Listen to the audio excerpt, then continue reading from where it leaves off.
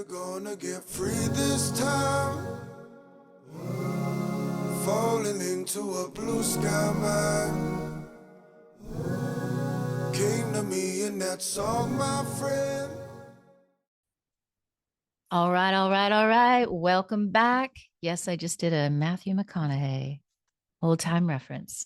Welcome back to You Mean the Elephant. This is Dr. Deb Ayer, your host.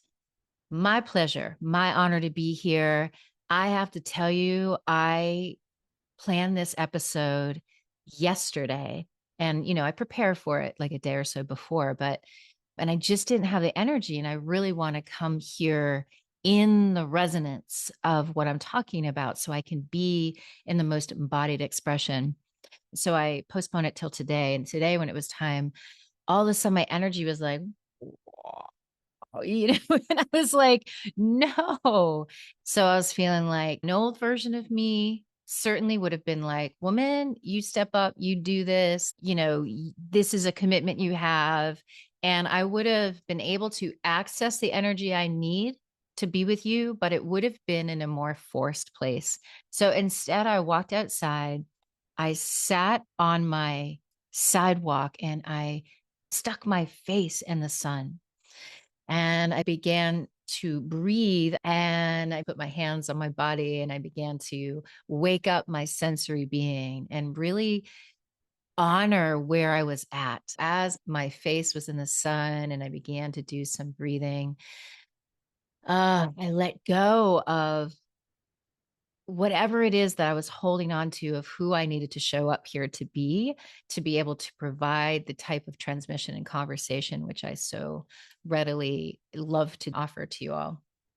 And now I'm in this place where I'm in the emotionality, I'm in the energy and the flow, and it feels so aligned. So I am truly excited to be here. And I feel like I may have shared this with you before, but to be in service, I would inherently somehow forget myself. So I could give people all I had, and that was just it. Somehow to do that, I would have to leave myself at the door. And by leaving myself at the door at the end of the day or the end of the week or whatever, the end of the event that I was doing, I would be in detriment.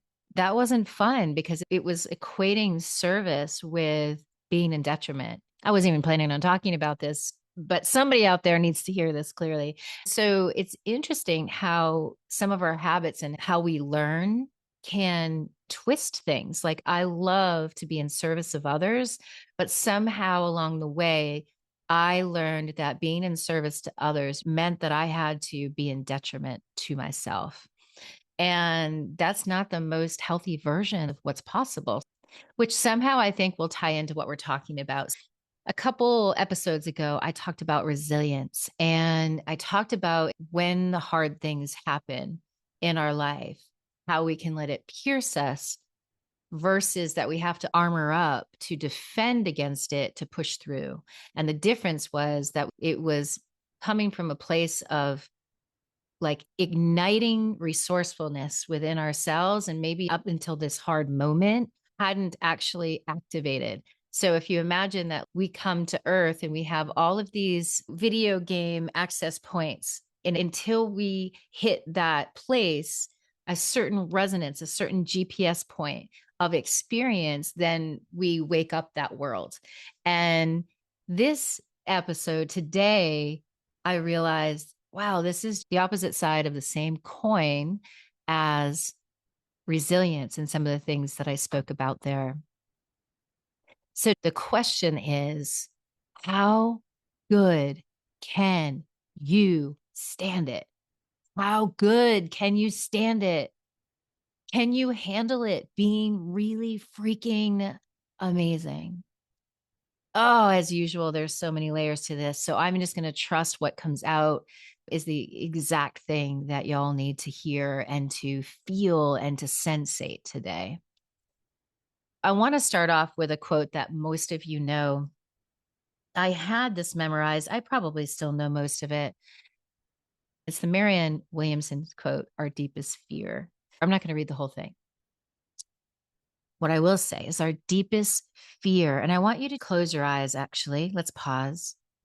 And if it feels comfortable to put your hands somewhere on the front of your body, imagine that your spine is in the front of your body. And if you could feel the spine for a moment and ask what part wants to be connected with right now, I suggest that's where you put your hands. It could be all the way down by the belly, even the pubic bone. It could be in the solar plexus, the heart, the upper chest, even the throat. Beautiful. And we're going to take a breath in our nose and just exhale. Nice sound or tone. I said this before, the nervous system receives and interprets information through acoustic waves. So when we can be with the tone of our exhale, it immediately gives us access to more so the present moment and what's actually happening in your life and in your body right now. Closing your eyes, if you have your hands on your body, bring the focus of your breath in your nose. If you want to make sound all the way through the range, and keep that breath in your nose and out your mouth. As you feel these words, our deepest fear is not that we are inadequate. Our deepest fear is that we are powerful beyond measure. It is our light, not our darkness, that most frightens us. We ask ourselves, who am I to be brilliant, gorgeous, talented, and fabulous? Actually, who are you not to be? It goes on from there. If you don't know it, it's certainly worth reading all the way through. I thought of this quote because of the inherent feeling of this question.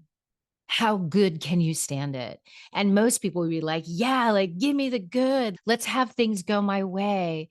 So many of you over the years, one of the things in our intro sit down consultation, you will almost always say, I want to be able to feel more joy.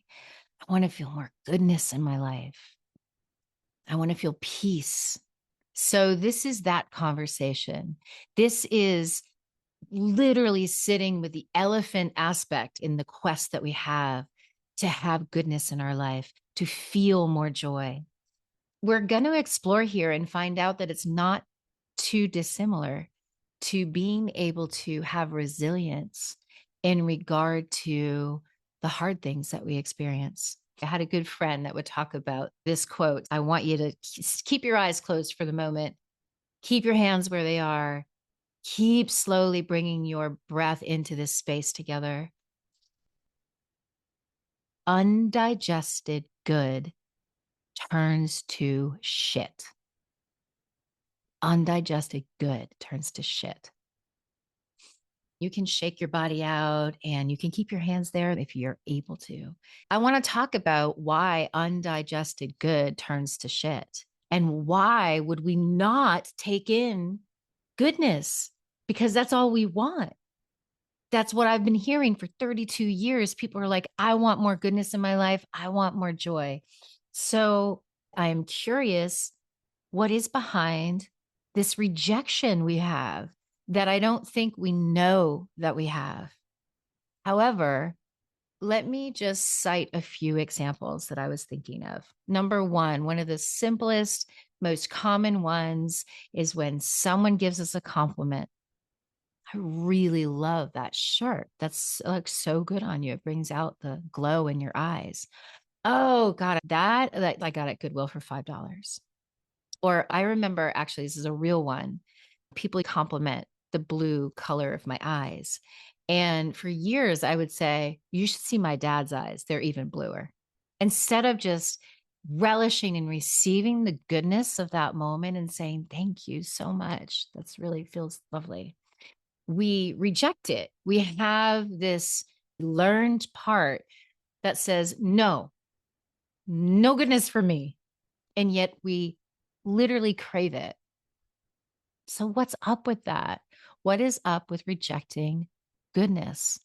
I think that we first need to look at what are the common narratives that may contribute to us feeling like we can't really accept goodness. In history, this understanding of the original sin that we're all inherently flawed.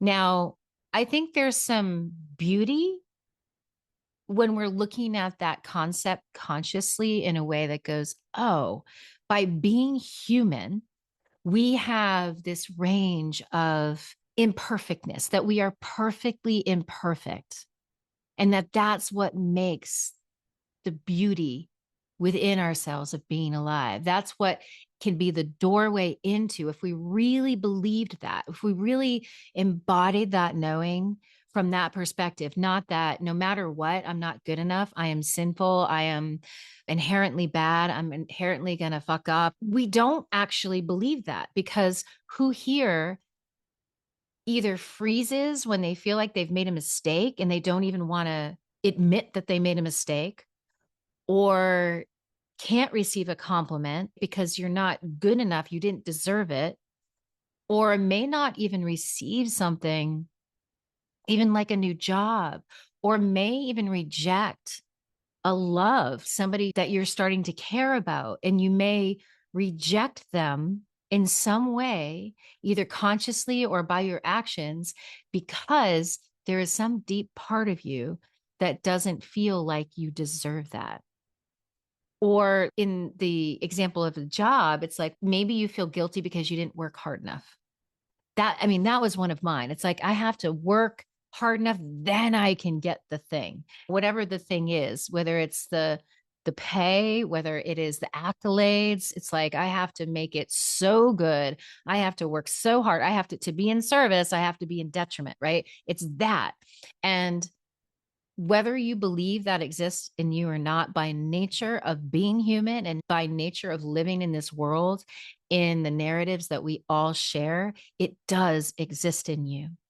So, my invitation as we continue this conversation is knowing that we are walking contradictions. The very things that we crave most, we reject most. And it seems crazy making.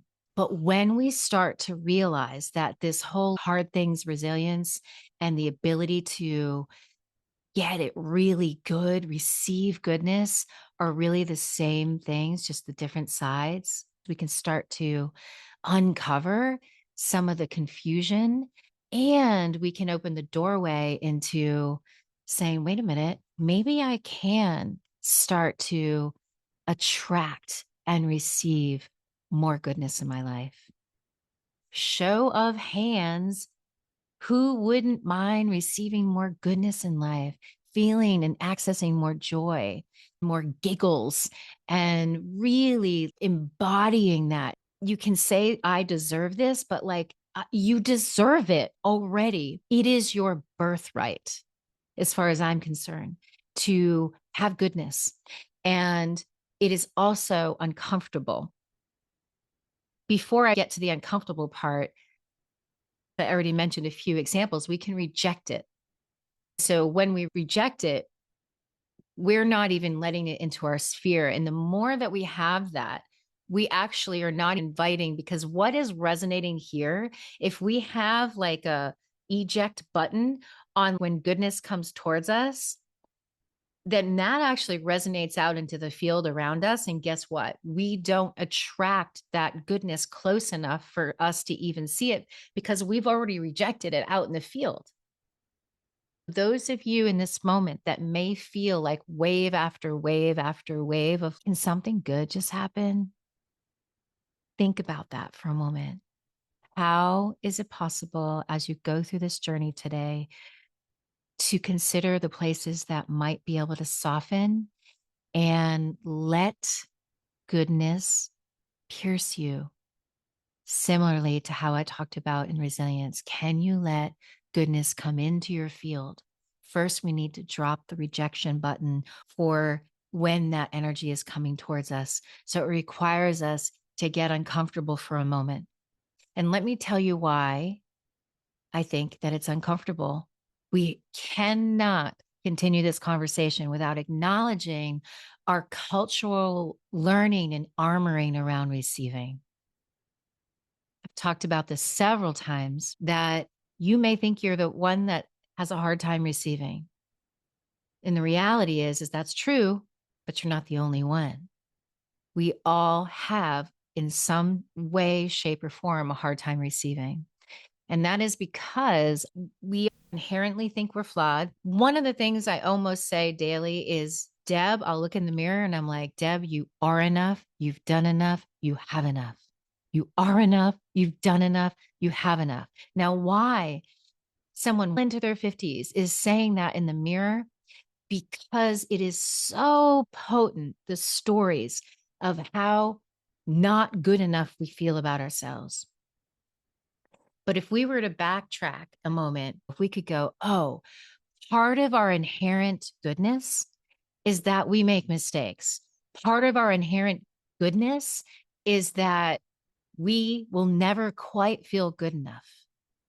And I know that sounds maybe depressing, but the reality is if we can have some humor around that and know that beyond the cultural stories, simply by being human, there are limitations.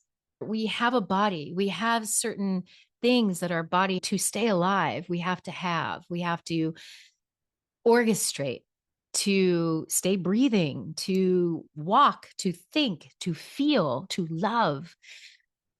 And the biggest elephant in the room is that this is temporary, that we all have the same ticket to ride. I mean that to free us, believe it or not, not to limit us.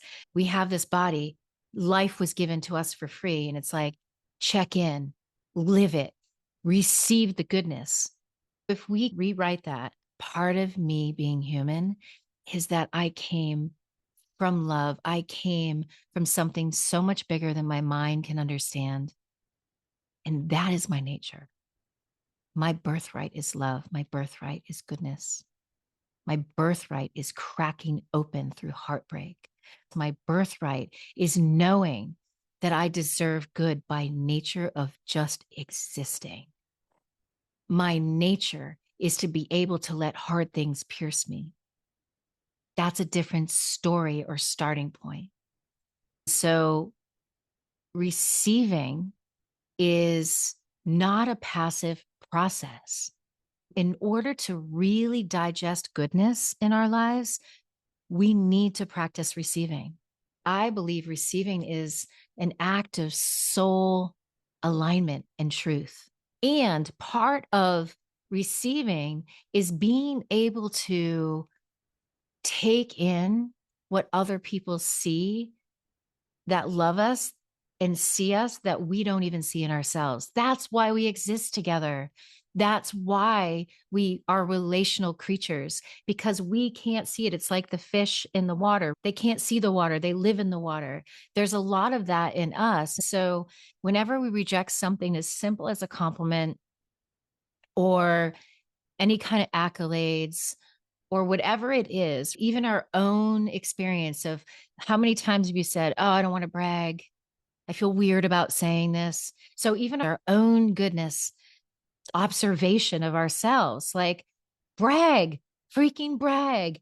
When you can do that from the awareness that you are inherently love, you are inherently good. And you can go, you know what?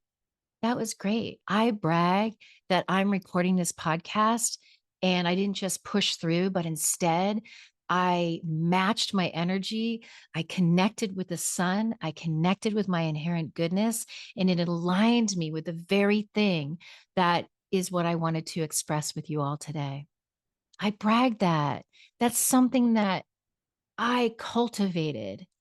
Where in your life can you begin to brag? It's interesting with a brag is that you're giving and receiving all at once.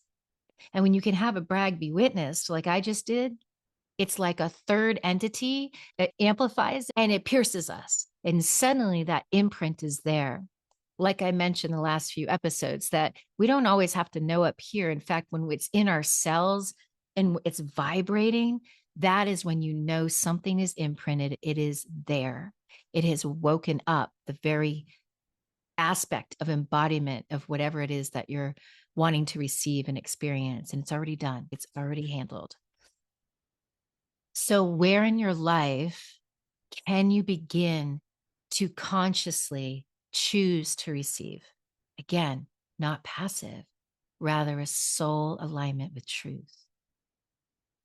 The other thing I want to talk about with this, we need to continue to, if you're already doing it, reclaim your sensory sovereignty.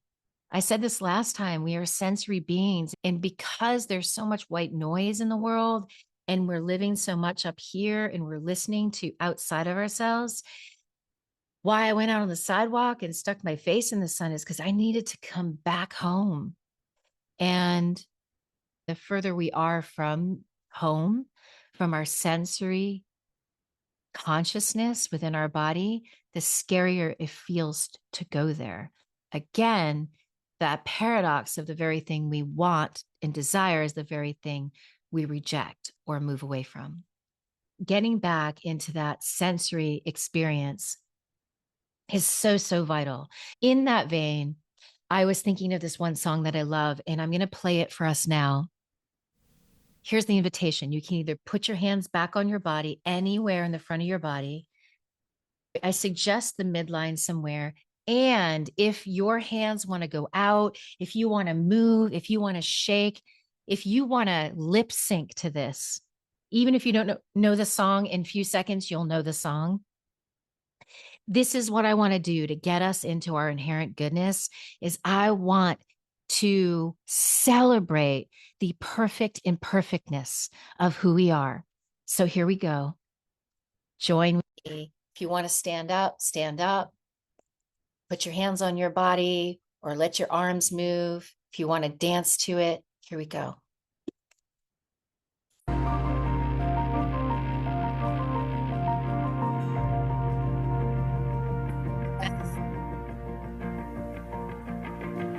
It's okay, make mistakes, make mistakes.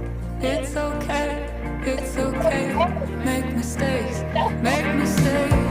It's okay, make mistakes, make mistakes. It's okay, make mistakes, make mistakes. It's okay, make mistakes, make mistakes. It's okay, make mistakes, make mistakes. It's okay, make mistakes, make mistakes, make mistakes, make mistakes.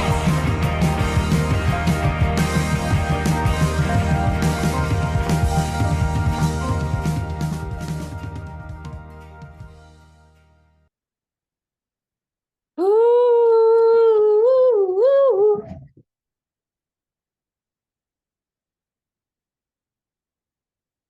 How did that feel to celebrate and go into saying, yes, part of my inherent goodness, part of what's related to receiving more goodness and how good can I stand it is to make mistakes, like fucking make mistakes.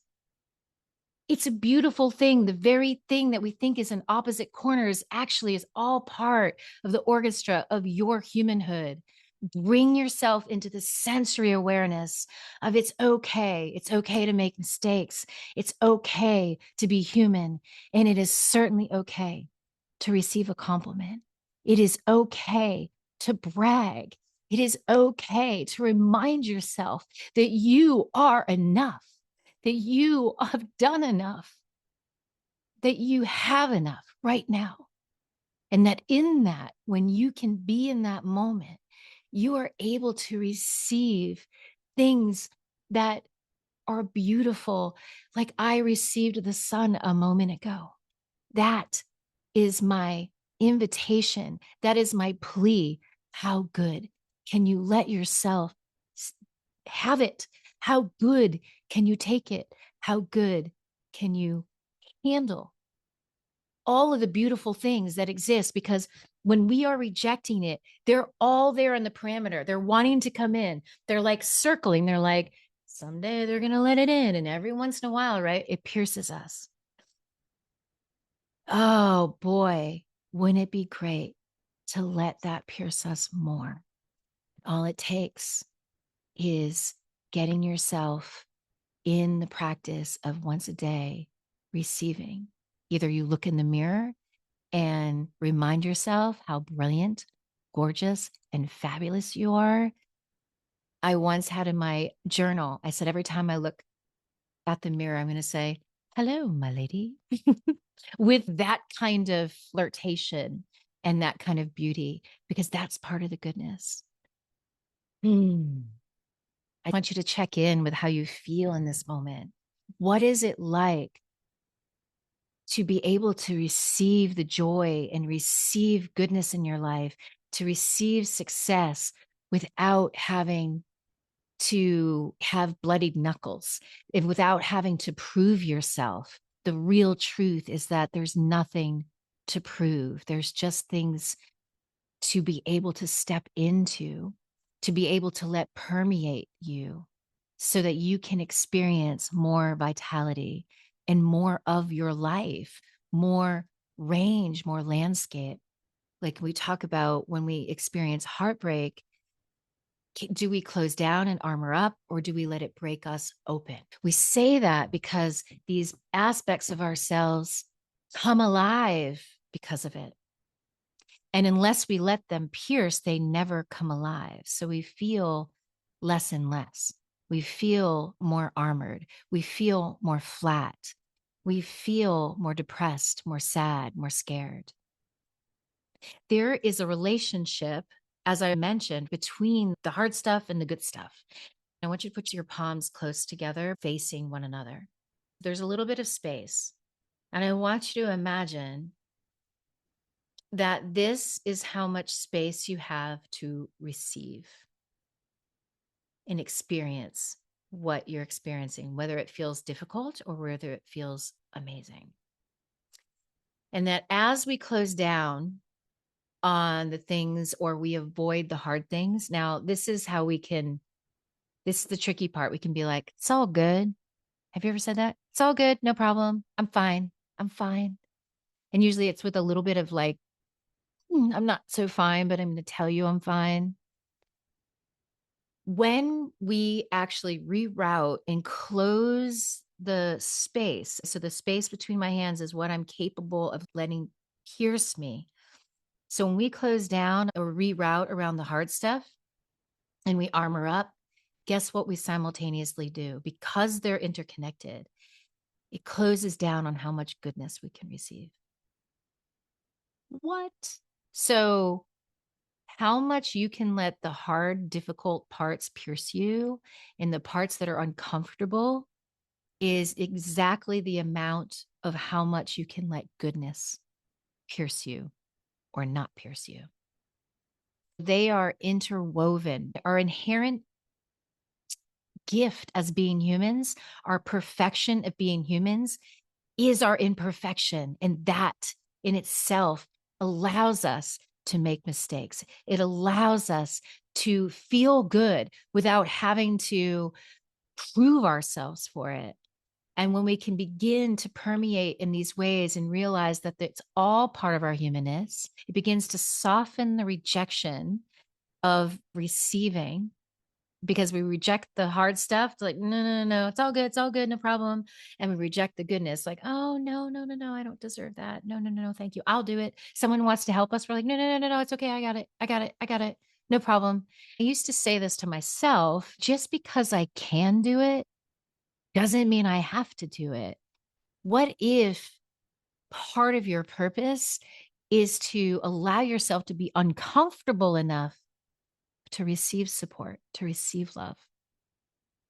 People, when they first start getting care in my office, someone just said this the other day. They're like, do other people resist? Because I feel like I'm on the table and I'm like, am I resisting you?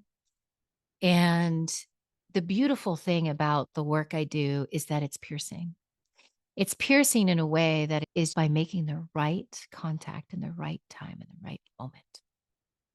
And that's what becomes piercing, because when life is in rapport with life, it pierces. It's right there.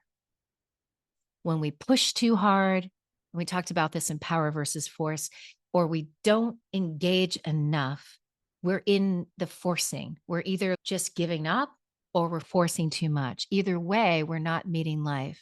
So the more you can receive, the more you can be in rapport with what's actually happening, the more you will let the field of goodness come closer and closer and allow you to be woken up and allow you to be in the sacred, beautiful art of pleasure. Pleasure is not something that you only get when you've worked 60 hours in a week and you have bloodied knuckles from it because you've been working so hard. That's when you can feel pleasure. But can you feel pleasure by letting the wind slowly touch your cheek? The easiest, most beautiful things, or walking past a stranger and instead of looking away or being on your phone, you look into their eyes and smile that mutual, my human sees you're human. Can you love because you are love? I do want to acknowledge how, because of our cultural narrative can confuse this, a lot of us are feeling unsafe and we're not sure what to trust or even who to trust. And I think that when that overpowers our sensory awareness of coming home and feeling in an embodied presence, it closes down our field. So when we're at the grocery store, we're not looking up. We're not making eye contact. We're maybe unconsciously judging others. We can actually begin to go, okay, I can trust life. I can trust me. And I can look into somebody's eyes for a few moments and smile. And that is part of me. Because when we can do that, the goodness in me sees the goodness in you. And I know some of you have done this where it's like you smile at someone unexpectedly, or you pay for their coffee, or you do something, and it's like you've literally melted them because it was so unexpected. I think unexpected goodness in giving can also, funny enough, pierce you in receiving goodness because you're going to see that unexpectedness where it's no longer about safety. It's about relating. It's about love. It's about humanhood. Remembering that as we close down one, we close down the other. So if you're just wanting joy and you're saying that you want happiness and you're saying that you want to have more goodness in life, but you're rejecting all of this stuff and you're like, I don't want to go there. I don't want to feel this. I don't want this to pierce me. Then ultimately, it's a lie because it doesn't work that way. You can't lean to one side. What you can do is lean into life.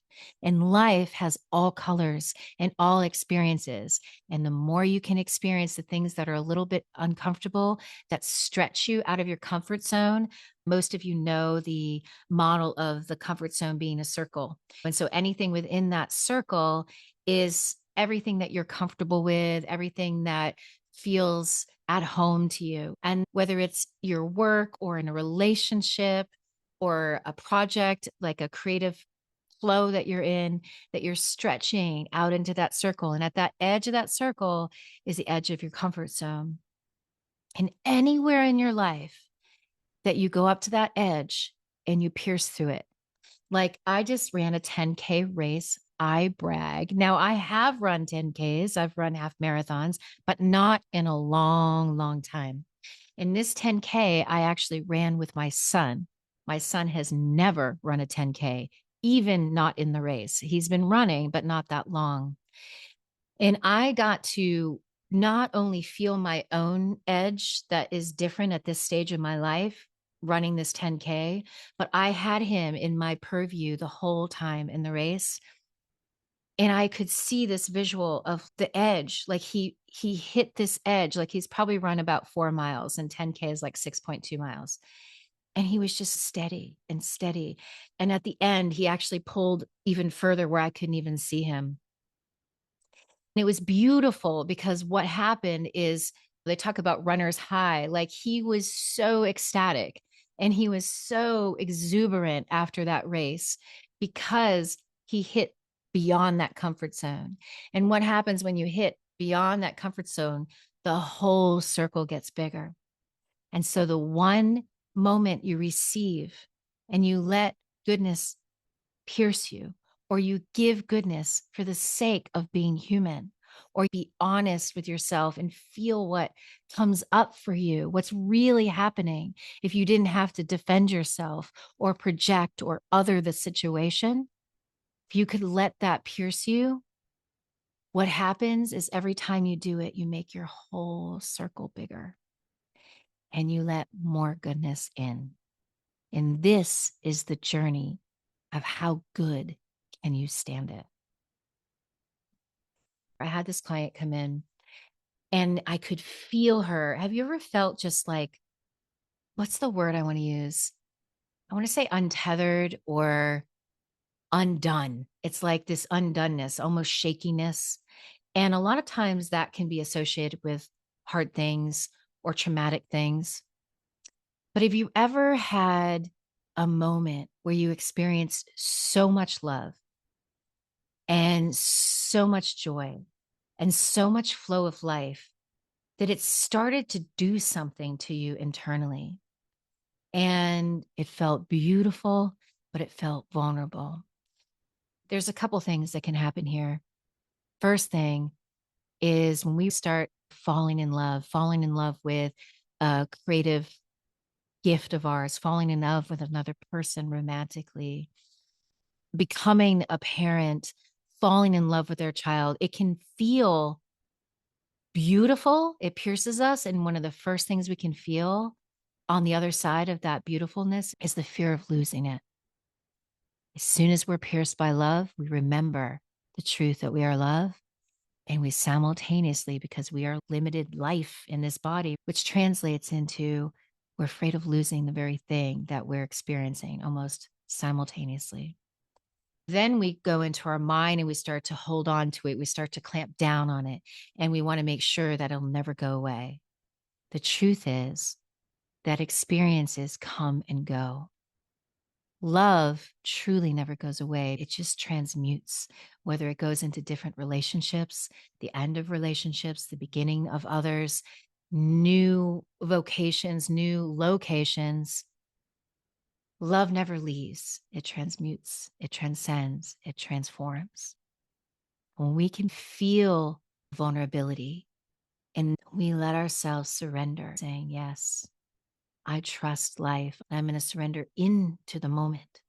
And as I get pierced by this reflection of love from this other person, from this experience, I am going to allow that vulnerability of the fear of losing it to be alive too. Now that's a different way of experiencing love, of not trying to keep it in your grips so that you don't lose it, as much as that you know that it'll change, but that the change doesn't mean love goes away, that the goodness doesn't go away. It just transforms into something more, into something different, into something new. Going back to my client, she came in and her body felt melty, and I can feel it as I'm recalling it because I also have experienced this in my own life. She felt a little undone. And have you ever had tears and you're like, no, and you have to describe it. You're like, these are actually tears of joy, like something's happening and you can't stop from crying. I will say it from my own experience that tears, I feel like, are the soul's expression to that moment to be felt. It's when the mind and the stories and the narratives fucking die in that moment. They do not survive that moment. And she was in that moment. She had this incredible experience with her daughter and her grandchildren. It was beautiful and loving. It pierced her so much. She was crying and there was a grief with that. And then she was like, she came home and her wife was away and she's like, I just miss my wife and I don't know what to do. And she felt confused but yet cracked open. And tears just kept streaming. Tears come when there's so much goodness happening and you actually let it pierce you, that it provides this contrast. And I remember experiencing this years ago, and I was in Italy in this incredible retreat, receiving this work, and my arms raised up and light and warmth were just piercing my heart, and my chest was rising up. And it's almost like as soon as I linked to the love in the field and my heart started resonating, I just started to sob. And I'll never forget the woman that was there supporting me. She's like, yeah, it's okay. We feel the love. We feel the love that we've missed, that we haven't let in. And that stayed with me and has stayed with me since. That when we let ourselves be pierced by the goodness of life itself, we simultaneously, beyond the fear, when we're really being pierced, will feel a retrospective sadness in the places where we didn't let it in. And it's okay. It's okay to feel that grief. I think it gives us the opportunity to consider letting this unraveling that happens when we've really been pierced by so much goodness, to let ourselves feel the sadness. We can see beyond the elephant and we can go, oh my God, I can bring more goodness here. I can receive more goodness. I am more goodness. So when you feel sad because you've been pierced by so much goodness, know that not only is it normal, it is part of the beauty of goodness. To know that more goodness exists right at your fingertips whenever you choose to let it in, to receive it, to let the surrender be the act of the receiving, trusting your inherent goodness, which means all of it, the good, the bad, the ugly. That is your goodness. That is your humanity. Can you let yourself trust goodness just a bit more? Allow yourself to be undone. You will not die from it. You will be reborn. And when we do that, we get to experience little rebirths almost every day. My beautiful, perfect, imperfect goodness sees yours. And I hope, and it is my wish, that you let yourself be pierced by goodness and that you let yourself stand goodness so, so much more. It's been my honor and absolute pleasure in goodness to be with you today. Thank you, thank you, and thank you. Until next time. And now, Trevor Hall with Blue Sky Mind. Through the body, it's in and through the body.